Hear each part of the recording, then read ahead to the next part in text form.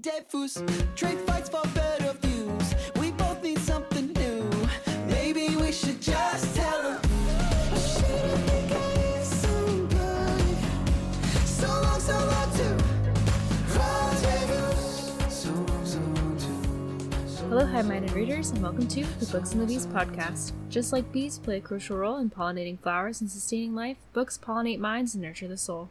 We see the connection between the two, the delicate dance of ideas in the stories that enrich our lives. I'm Cody. I'm Hailey. Welcome to our podcast.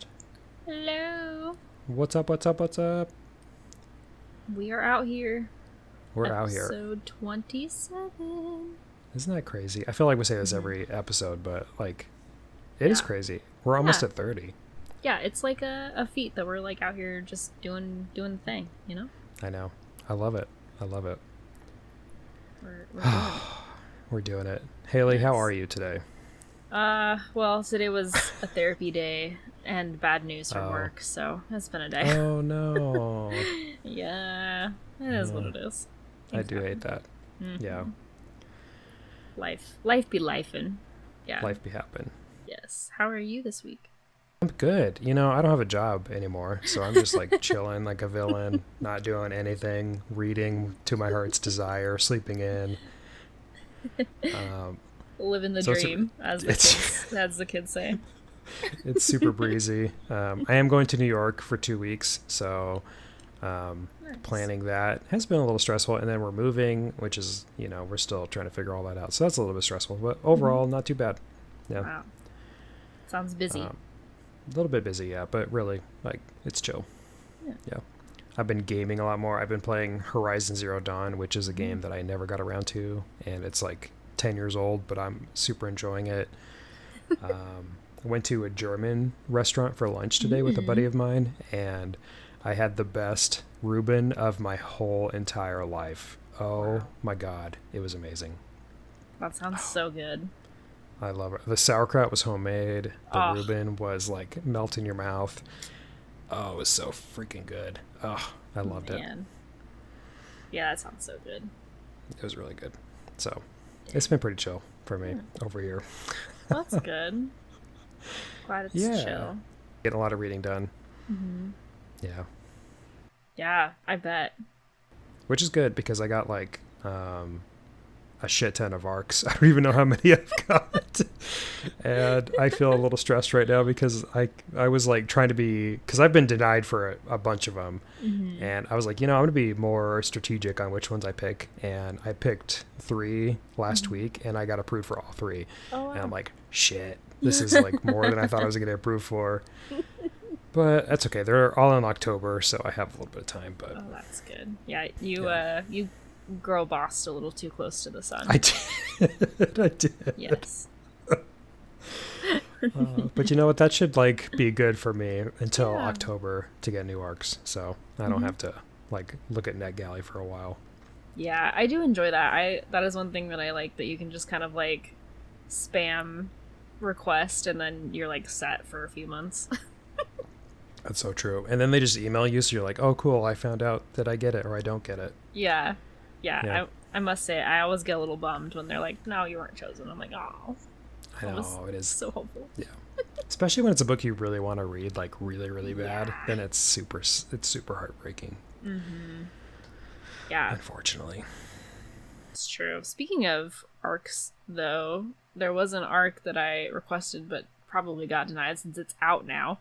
And it's the Au Pair Affair is officially out by Tessa Bailey, so I think that's what it's by anyways. Is that the sequel? Yes, to Fangirl Down. Mm-hmm.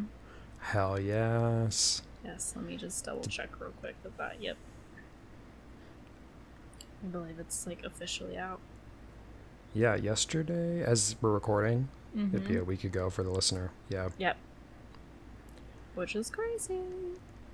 It's crazy. Well, I have to admit, I have next to me my copy of I Was a Teenage Slasher by Stephen Graham Jones, which I went to my local Barnes & Noble, and I know a lot of people don't like Barnes & Noble, but They are easy to go to where I'm at, and they are a little bit cheaper, unfortunately, than my local indie store. So I went there just looking to buy this book, and it took me a while to find it, but they only had signed copies, which I was not complaining about. So I ended up getting a signed copy, and I'm super stoked about it. Yeah. That's so And I took the cover off so I could read it, but I haven't started it yet. Yeah. Oh, man. I'm so excited for you. That's so cool. And he announced another book that comes out next year. So it's like a good time to be a Stephen Graham Jones fan. Yeah. Yeah. Sounds like it, man. Gotta love it. That's so cool. Yeah, so go get those books. Go get, what was the Tessa Bailey book called? The Au Pair Affair. Yeah, go get that book and go get Stephen Graham Jones. Hell That was yeah. his teenage slasher. Yeah. Oh, and Queen Bee came out by Juno Dawson. That came out yesterday too. Wow. Yeah. All sorts of books coming out. July is a hot month for books. Yeah. It's also just a hot month in general. It's a hot month in general. So true. It is 102 degrees. Yes. Where I was today. Yeah. Yeah, we were in the upper 90s. Luckily, we had a storm roll in, which kind of made it feel not so hot, but yeah, still insufferable. Still freaking hot. And yeah, we had a rainstorm. Was it yesterday? And it was humid for sure. For like, humid for us is like 30% humidity. Right. I know. It was pretty rough. Man. Yeah. Ugh. What a time. What a summer. It is. What a summer. It's been a summer. It's been a summer. Well, should we jump into what we're reading? Yeah, sounds good. All right. What are you reading, Hailey? So I am reading just kind of, I went perusing through the old free books in the Apple bookstore. Love it. Love and, it. When I really just like have an itch to read, but I don't want to read any of the books that are sitting on my shelf glaring at me, I'll just go on my phone and find a good book. And this one is called Down and Dirty by Mary Carr, I think, or Mari Carr. It's either Mary Carr or Mari Carr. And I'm a little over halfway through it, and it's really good. Yeah, the free books can be pretty hit or miss, but it's pretty good so far. It's a 2 guys, 1 gal type of situation. It's got a little bit of spice so far, but honestly, the premise is what kind of drew me in. And the book cover is it's one of those book covers with like the no hate, no shade to the author, but like it's one of those book covers where there's like real people on the cover. Oh yeah. In this like scandalous, like kind of suggestive pose.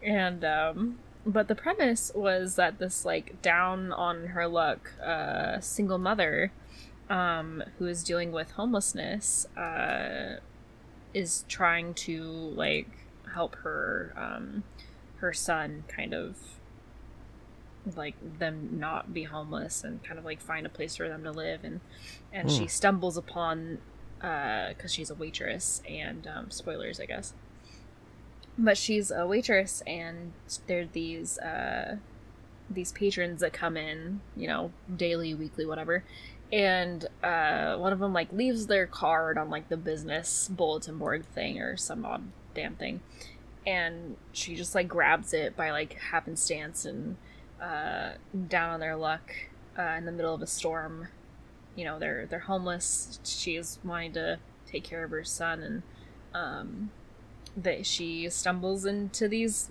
2 men that are frequent flyers that know her at the diner and that she works at, and then things kind of take off from there. So it's honestly like really good. So that's a very cool premise, honestly. Yeah, it's really good. It's really good, and it's kind of helping me through my really bad book slump. I have just had the worst book slump these past month to 2 months ish. So yeah.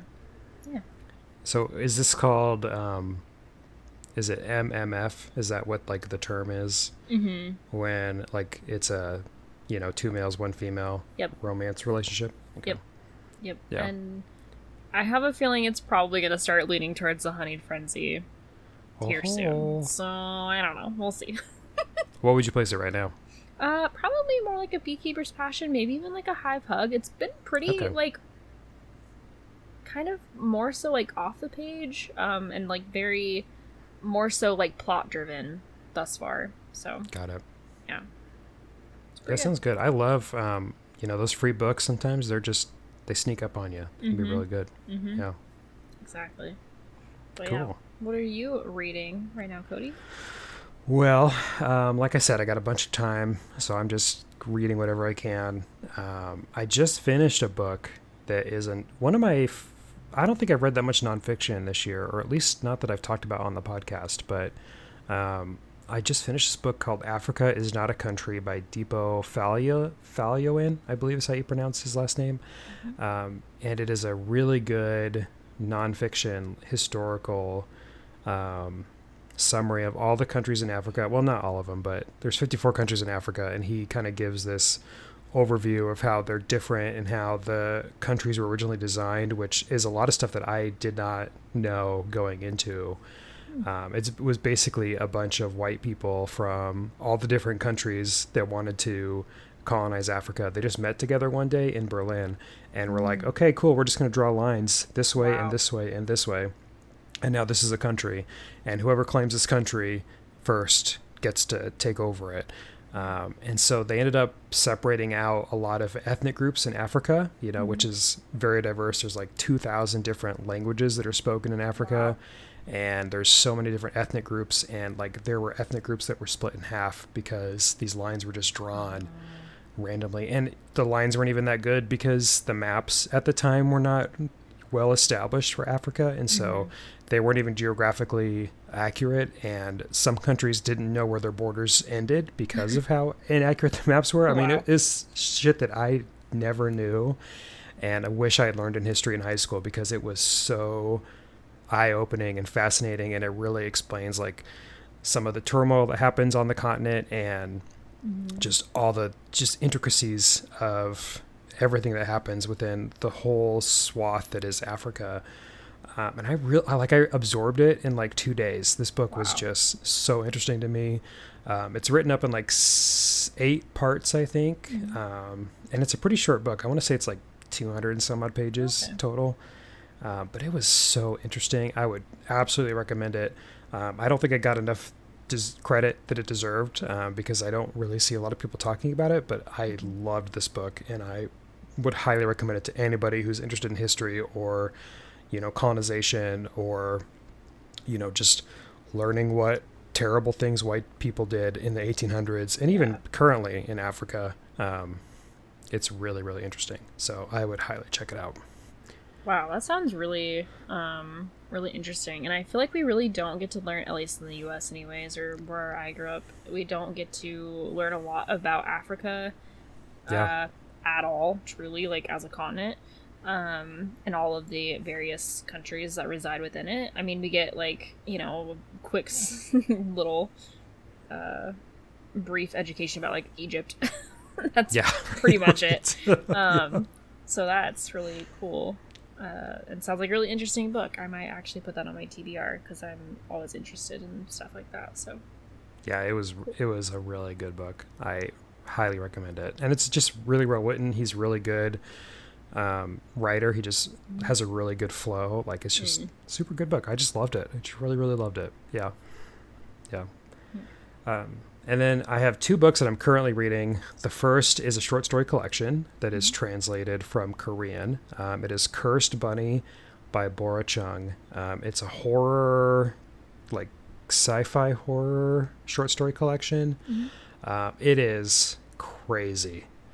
I don't even know how to describe the stories that are in this. I'm like 3 or 4 stories in, and the first one had to do with like this girl who kept seeing a head in a toilet that was like created from her dispositions, her deposits. Let's put it that way. And that's not spoiler. That's like the first page of the short story.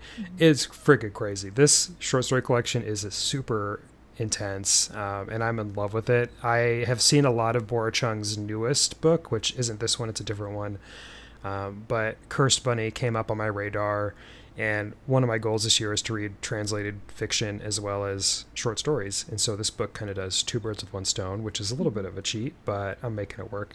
And it's just really good and crazy. Like, these short stories are just so crazy.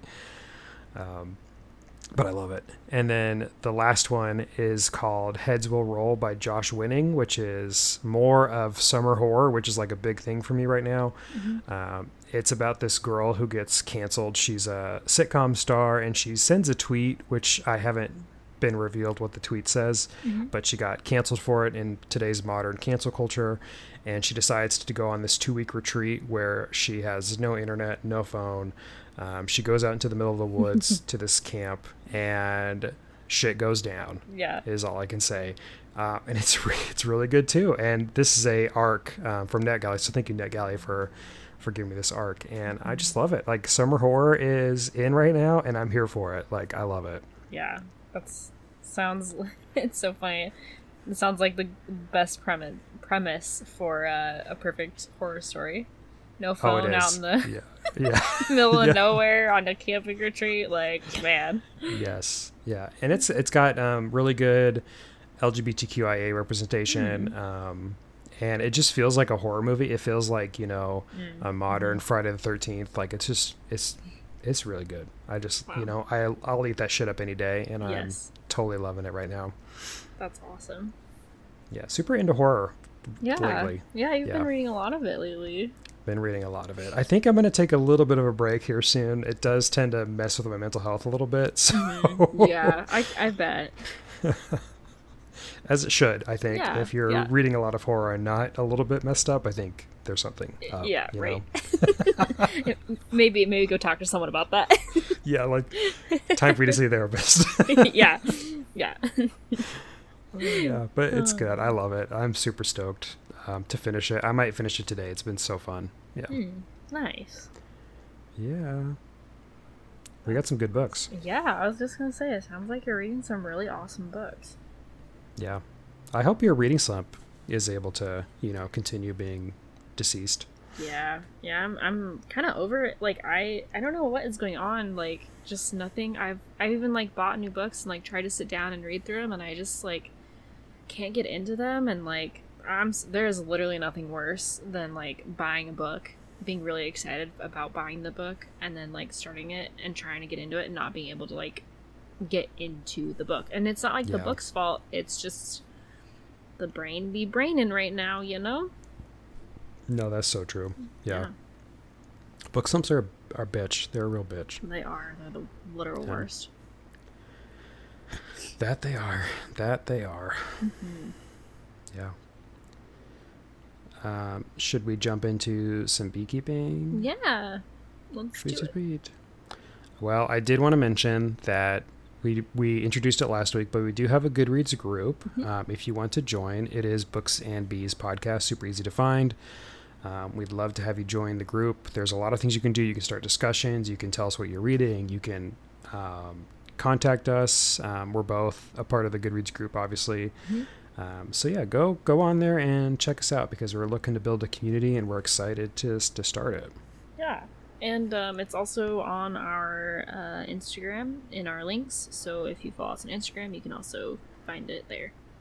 Yeah. And like, we always talk about Instagram at the end of the show, but like, check us out on Instagram. We have a cool Instagram that Hailey works really hard to curate. So, check it out at Books and the Beast Pod. Yes.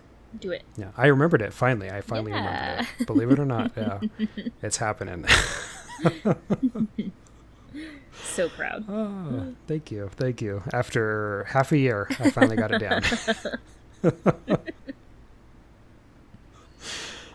And we also did announce last week that we are going to do another co-read for August. It is An Education in Malice by S.T. Gibson. We haven't officially announced the delineation of how it's going to work yet, because I don't know about you, but I haven't gotten my copy yet. So yeah, same. We will. I'm thinking maybe we'll do it like 2 episodes in August. Yeah. But we'll figure it out, and we'll definitely let you know. And that'll be on our Instagram as well. And I think we can post it on our Goodreads as well, that we're reading it for the month. So I'm going to try to do that. when August comes around. Hell yeah. Yeah. So check out that book. Go get it. I'm excited to read it. I think it's gonna be super fun. Same. It's a good August read too because it's like dark academia and school starts in August. Oh, so yeah. like, it's gonna be good vibes for sure. Yeah, and it's got like a really beautiful cover, so I'm really excited so to pretty. literally just have it on my shelf. Which reminds me, I wanted to mention it at the top of the episode, but when I went to Barnes & Noble and got my I Was a Teenage Slasher book, there was like just a whole list of books that had the sprayed edges. Oh, wow. I haven't been inside a physical bookstore in probably a couple months, but like I feel like the amount of sprayed edges has like dramatically increased. Oh, I love it. Because I think half the books that I saw like on the tables were sprayed edges. It was crazy and it was beautiful. I loved it. I thought it was so cool. That sounds awesome. I really need to visit Barnes & Noble like ASAP, so. But yeah, those sprayed edges are really cool. There were so many books I wanted to buy just because of the edges, which I think is a good way to get people to buy physical books because I think people are trending more towards e-readers now. Yeah. And if you're buying a physical book, it's like either a book that you know you're going to love and you want to have it on your shelf, or it's like an event, like you're buying it because it looks pretty on your bookshelf. So Yep, I totally agree with that. And speaking of sprayed edges and really cool looking books, I did see that Emily McIntyre is coming out with a special edition collection of her books, the Never After villains series that she has, like Hooked and Scarred and Twisted and Wretched and all that. And she's coming out with a new book called Hexed. And yeah, the collection looks absolutely beautiful. If our listeners are interested, go follow Emily McIntyre on Instagram or just check her out. And she has a couple posts, if not just one, about the books, and they look beautiful. And I really, really, really, really want to buy them.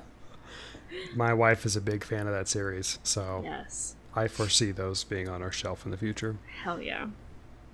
Yeah. I love the names of that series too. Like, I think they're creative. Yeah, they're really good. Yeah. I haven't read one yet, but I want to read, I might read Scarred, I think. Yes. I think Hooked and Scarred are my two favorites. Okay. Yeah. I can't remember which one my wife said that she liked the most, but I think it might have been Scarred. Yeah, I think it was Scarred. Yeah. She told me I would like it, so I think I'll probably jump on it. Yeah, definitely. Definitely do, because it's really good. Yeah. Sweet. Well, in other book news that came out in our beekeeping, there was a huge release by the New York Times for their top 100 books of the century, which is a pretty tall order, I would say. Like, It's only been 24 years, but how many books have come out in the last 24 years that deserve to be on the top 100? Probably a shit ton. Yeah.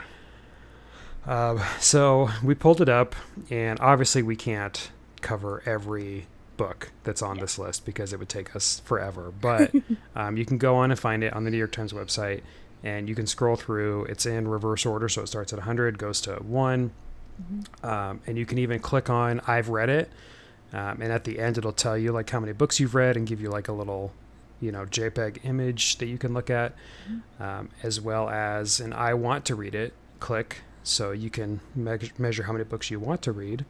And I gotta say, it's a pretty comprehensive list as far as there's definitely some heavy hitter authors on here.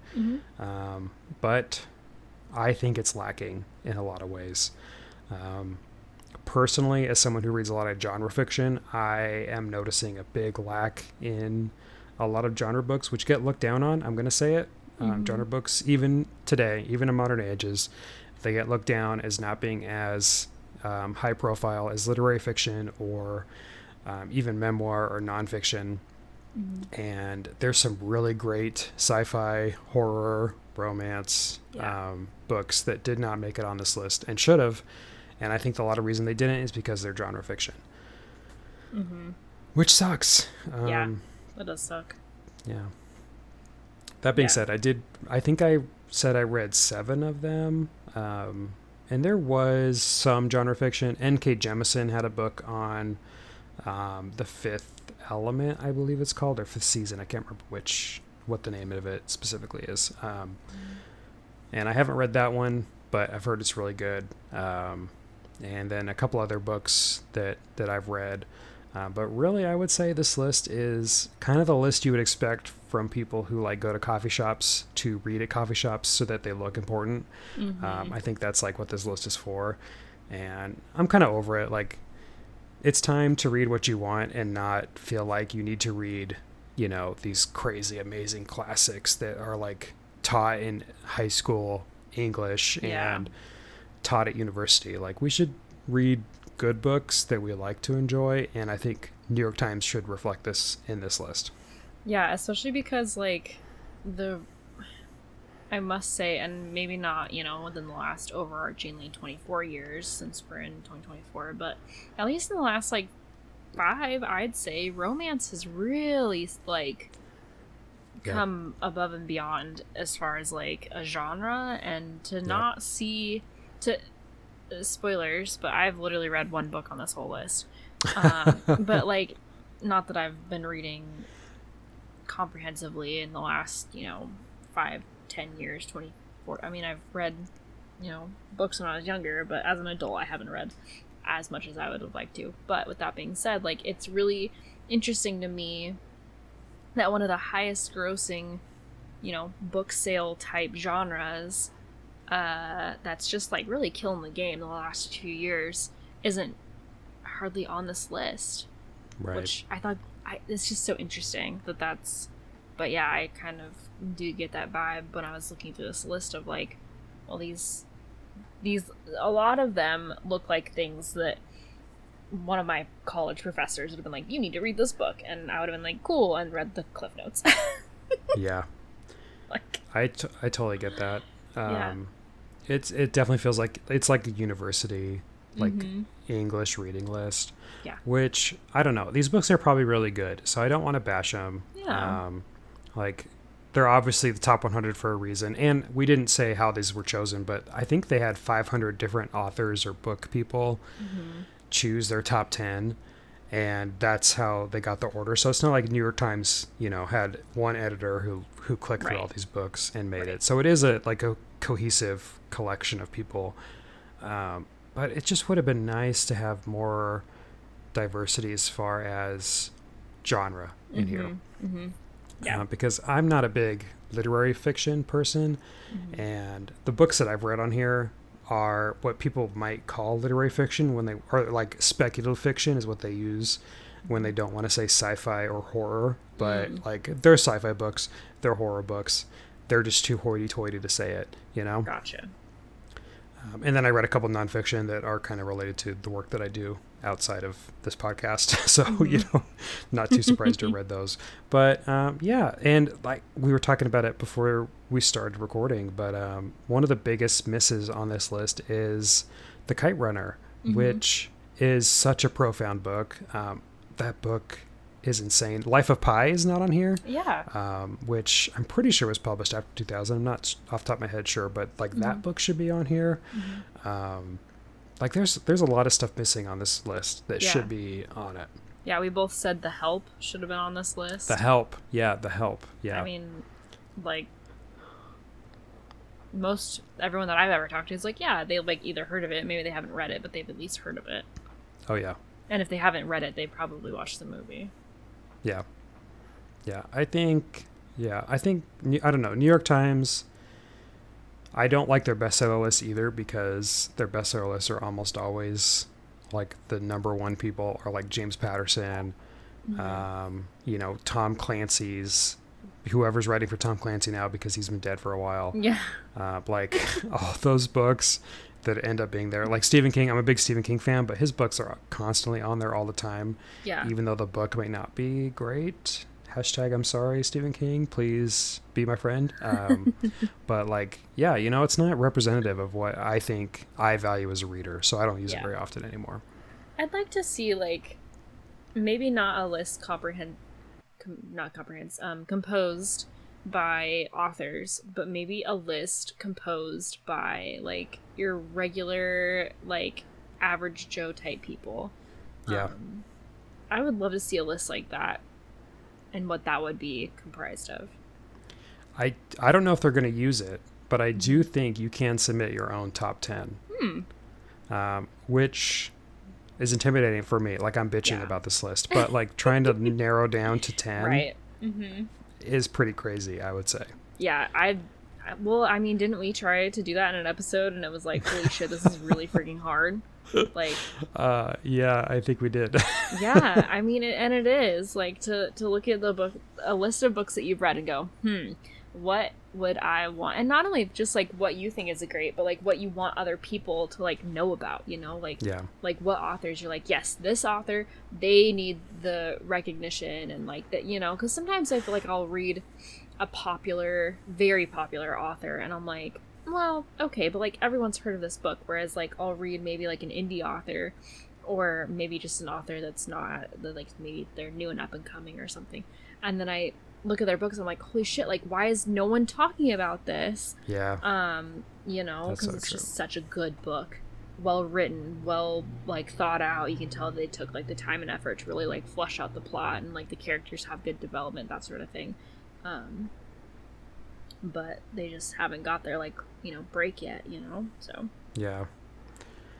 it's I don't know, there's so much book content out. Like I think we mentioned it at one point, every week like hundreds of thousands of books come out that are a part of the official publication system, and then like if you include, you know, fan fiction, oh my god, can't even imagine. And like self-published books, like it's so much content. How can you possibly narrow it down to 100? I don't know. We need like a 1,000 or like a one. They should do a list. New York Times, if you're listening to this, I want a 365 list of each year. So 24 years. What is that? I'm gonna math that out right now. So like 365. Whoops. If my calculator would work. There we go. 365 times, what did I say? 24? Because we're in the year 2024. That's 8,760 books. I want to know what that list looks like. I want one book for each day of the year for 24 years. And I want to know what authors, people, whatever, would comprise that huge ass list of what books would make it onto that list. I want to know. That would be cool. That'd be really cool.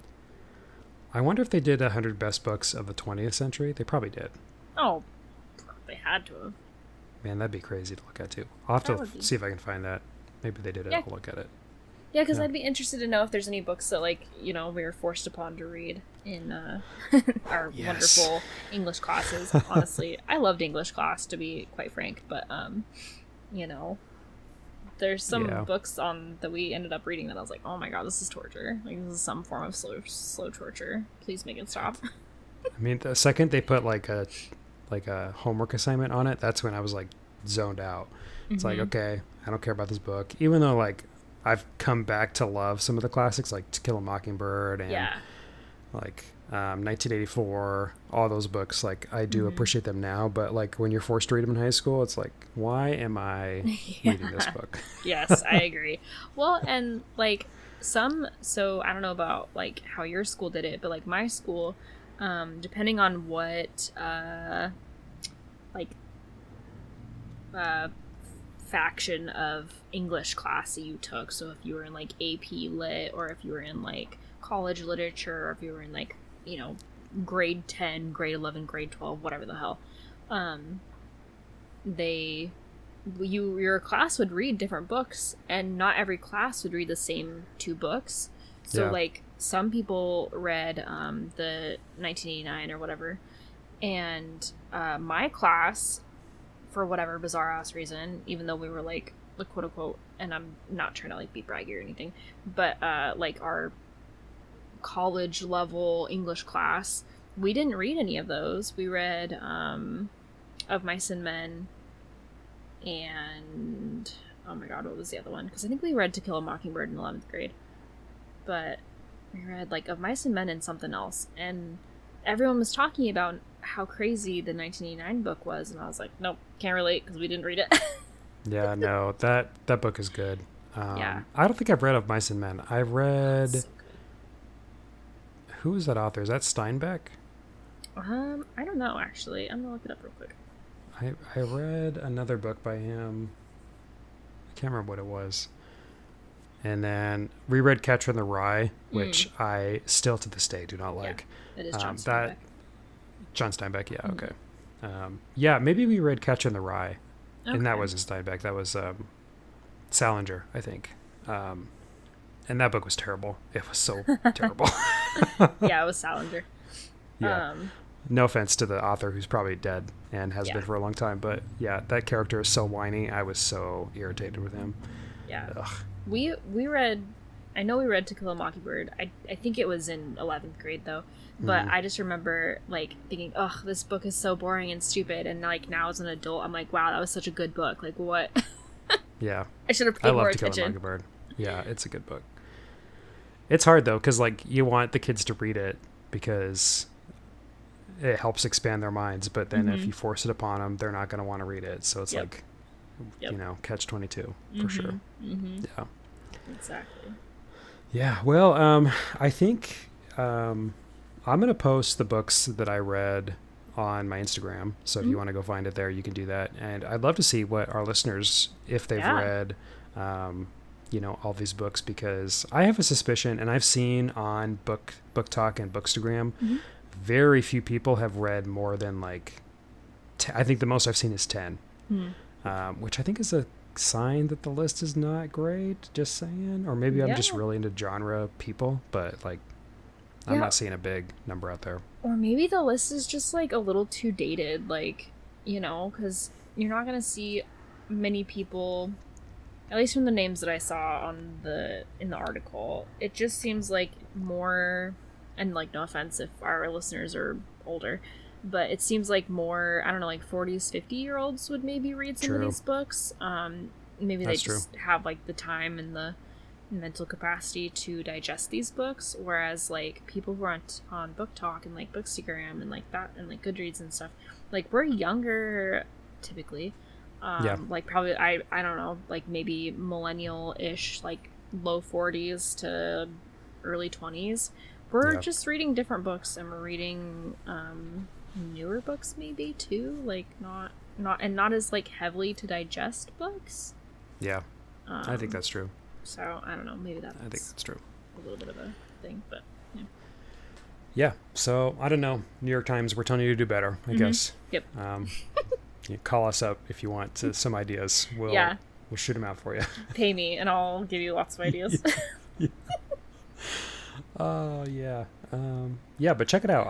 I think it's worth looking at just to see. But yeah, I don't know. I might read some of these that are on this list, but I don't think I'm gonna make it like my to-do. You know. Yeah. There's actually a couple that as I was skimming, I was like, oh wow, like that actually looks like kind of a good book, just based off of the title and book cover. There we go. I do like they do have it, like if you've read it, they have recommendations that are similar, which I thought was pretty cool. Like there was one, let me just say the one that there it is. Okay, it's called The Year of Magical Thinking by Joan Didion.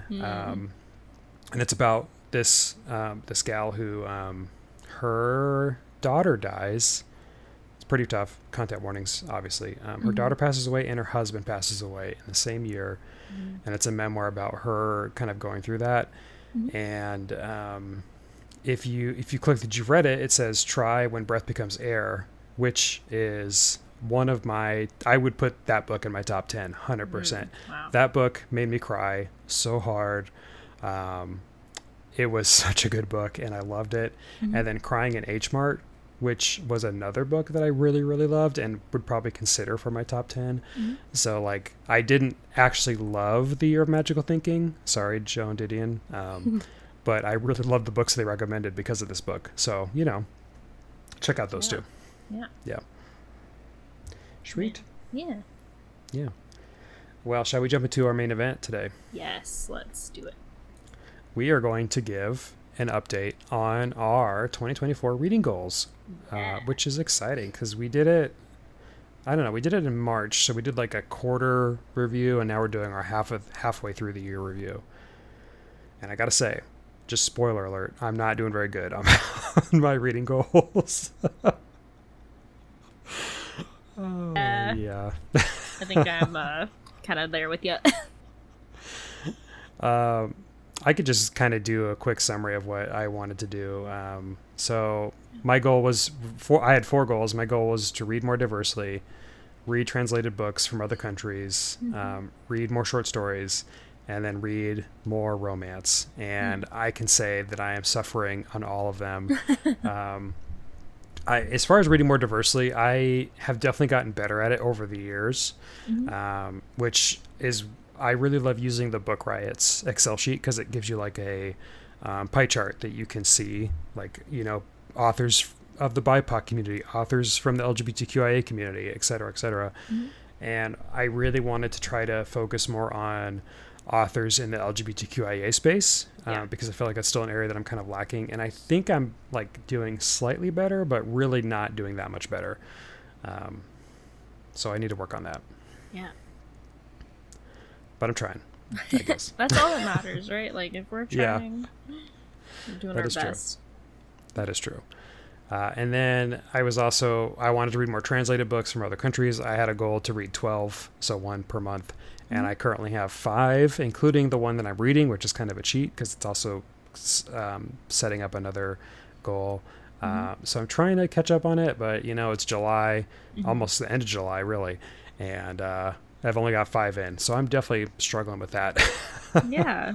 I mean, I feel like that's one of the harder ones, though, right? Like, trying to find tough. Stuff that's been translated, especially in stuff that you want to read. I can't imagine how hard that must be to try to find books that fit that bill. Yeah, I think they should try to make that in like Goodreads or something where like I can search translated books in Goodreads, but they're always like not the books I want to read necessarily, like the genre books. So I would love it if they would do like genre fiction that's translated, or like even translated, like if there was a list of translated from countries, like I would love to scroll through all the translated books from like all the countries in Africa, for example, and be able to pick one out, because that'd be really cool. But they're hard to find. And then I also have a goal to read more short stories. I got 5 so far, including the one that I'm reading now, which is a translated short story collection. And that also includes The Assassin's Blade, which we didn't finish. So I don't think I can include that as part of my 5. So it's really 4. And so, yeah, I'm really kind of slacking on the short stories. And part of that challenge is most of the books I get are from the library. And it's kind of hard to read short stories from the library because I tried to read 1 story a day. And if I have 14 days to read a book and there's 30 short stories, then I kind of have to like change my system a little bit. But, you know, I do love short stories. Really good short stories are super interesting to me. I want to write a short story. That's why I made this one of my goals. And so I should really focus more on it because I like the short story collection that I'm reading right now. I'm really into it, and it's so fun to read a story a day. So I should just kind of jump on the bandwagon again. Yeah. But we'll see. I agree. And then my last goal is to read more romance, which that's actually the best one I'm doing so far. Last time I didn't have very many under my belt, but I've read quite a few romances recently, including the Kimberly Lemming books, which is the Time I Got Drunk and Saved a Demon, I think, is the first one. And then Yeeted a Love Potion and a Werewolf is the second one. Yeah. And so if you include those romantasy books, I would say I'm at 6, which is good. So doing better on that one. Yeah. So we're trying, but halfway through the year, it's kind of a struggle. Yeah, it is a struggle. And I feel like we've had a lot of like life stuff to deal with, like amidst, That's true. That's true. So, props for, at least like keeping in line with your goals. Well, and I will say I did forget almost all of my goals until I went back and looked at our previous notes from that episode. So just having them at the forefront of my mind again, I think will help keep it on my to-do list as well. Yeah, that's a good point. But yeah, this at the end of the day, it's for fun. So you shouldn't, for all those listeners out there, you shouldn't beat yourself up if you're not hitting the goals you wanted to, because, we're not hitting the goals that we want to necessarily. Yeah. So, and it's more for fun than it is for homework. So exactly. Yeah, don't beat yourself up. Hailey, what? How are your reading goals going? Well, well, looking at them now, because I definitely just looked at them right before we started, because I definitely also forgot what my goals actually were for this year. But I definitely so I'll just get into it. My first one was get out of only romance genres. Second one was read more tangible books. The next one was talking about my Goodreads goal of 101 books. And at the time I was currently sitting at 16. And then I had a March TBR list sitting at 12 books. And at the time of the episode, I had read 6 out of 11 of those books. Now, touching on that one first, I don't remember what actually. You know what? I can go look at my March because I definitely did a little posty thing. So, check out the Instagram if you want to see what my personal Instagram. Yeah, should we shout out our own Instagrams? Yeah, I think that'd be a good idea. Yeah. Mine is Hales Bookhaven, all one word, HAILS Bookhaven, no spaces, etc. That's my Instagram. And mine is Cody _Books and Bees pod, I think. I don't have mine memorized, but I have the podcast one memorized. I think that's it. Yep, it is. Yeah. Good job. Look at me. Killing it. Killing it. But yeah, so my March reads, I had 1, 2, 3, 4, 5, 6, 7. I read 7 books in March, so didn't quite get through my 12 books. But, it is what it is. I don't think I can actually, looking at each of my months, when I had the time to read, each of my months pretty much consisted of between 5 and 7 books each month. So, which is pretty good, honestly. That's roughly 2 books a week. So yeah, I was cruising, and then May hit, and it was just downhill from there. But I'm only 2 months behind. Yeah. Like I said, life events just really get in the way. Yeah, so true. If life could just chill out for a second so I can read, that'd be cool. Yes. I'm gonna need you to take a chill pill, life, please. Please calm down, life. Please. It's 2024 and I can't take anymore. The catchphrase of 2024. It's 2024 and I cannot take anymore. That's so good. Honestly, you should make a t-shirt. I should. I coined that. Copyright right now. Yeah, that's really good. No one take my idea. But and also my apologies to our listeners. I am very sniffly, but the allergies are kicking my ass, so we're just struggling. What? We're just here. We're regular people suffering through, Exactly. And then, so as far as my Goodreads, though, I can't talk about that because I've definitely read quite a few books since then, obviously. So let me just take a little peek skis at my Goodreads. So now I'm at 37 out of 101 books, which is pretty good. That's pretty good, honestly. Yeah. My last, so in kind of comparison to my 2023 books, I only read 44 books in 2023, so I've almost surpassed my 2023 year books count just in the 7 months of the year. Yeah. So yeah, we're killing it. But yeah, and then read more tangible books. I don't know if I've necessarily been reading more tangible books, but I've definitely been buying more tangible books. I have a problem. But yeah, I have a whole bookshelf of books that are in physical form, and I've definitely been, I think I've definitely been reading way more physical books, at least especially than I did last year, and that's really all I have to compare it off of. Since last year was mostly either on my phone or on my... I don't think I actually had a Kindle. No, I did.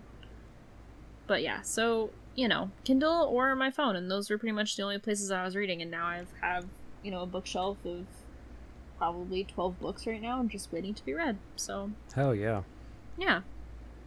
So I think I'm doing pretty good on that goal. And, again, I think it's really important to get out there and buy books and get the physical copies if you can and are able. If not, no worries, no pressure.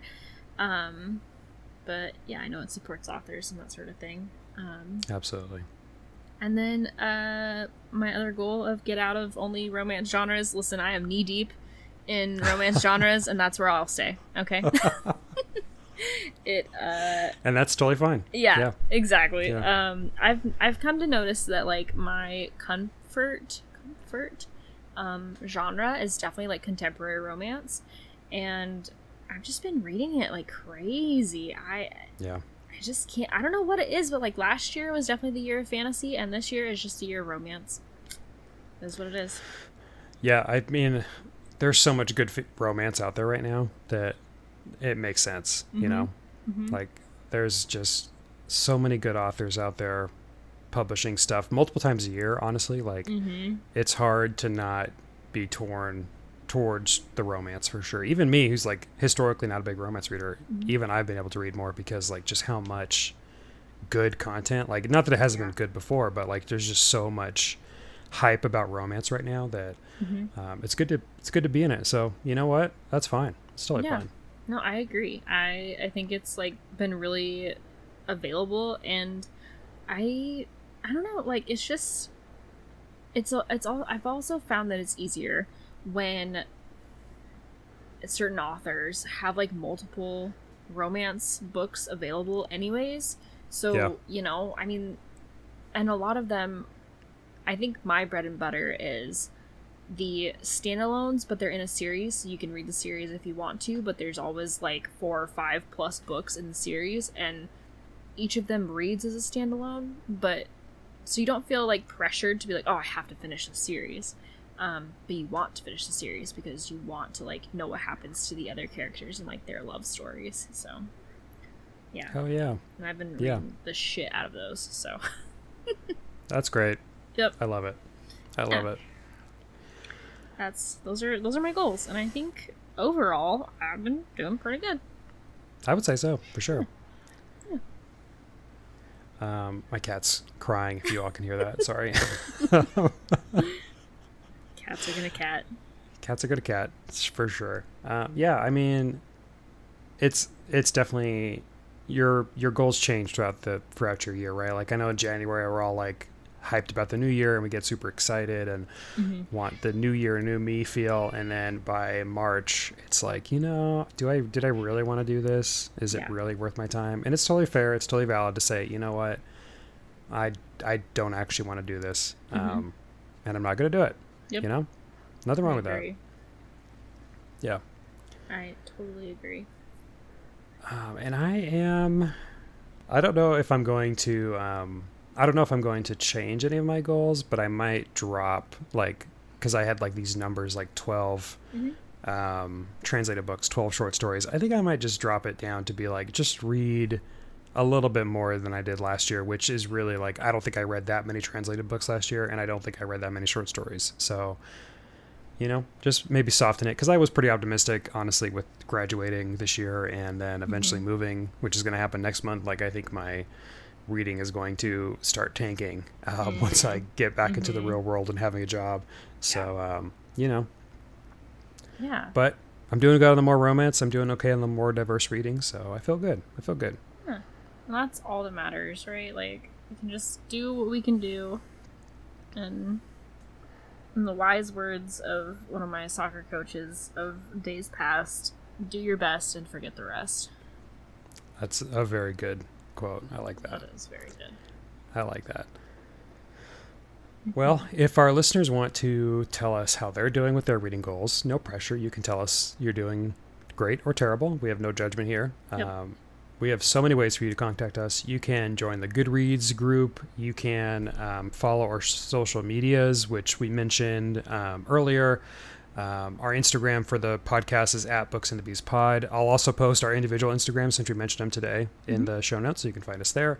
And then our email is booksandbeastpod@gmail.com. Please email us. I'm sick and tired of getting spam emails every day. When I look at that email, I would love an authentic email. Just say hi, you know? Just say hi to us. We're ready to say hi to you. Yes. That sounds weird. That sounds a little creepy.